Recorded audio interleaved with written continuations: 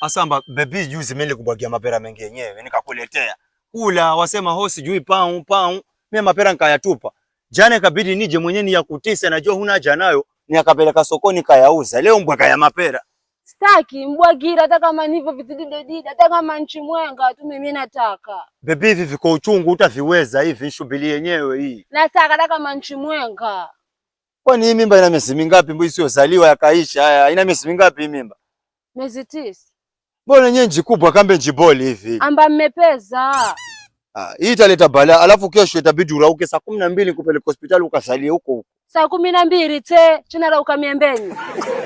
Usiutaki. Haya sasa baki hapa nyumbani usiende hospitali. Alafu nchuru mwandani kama kubo. Utajipanga. Goodbye.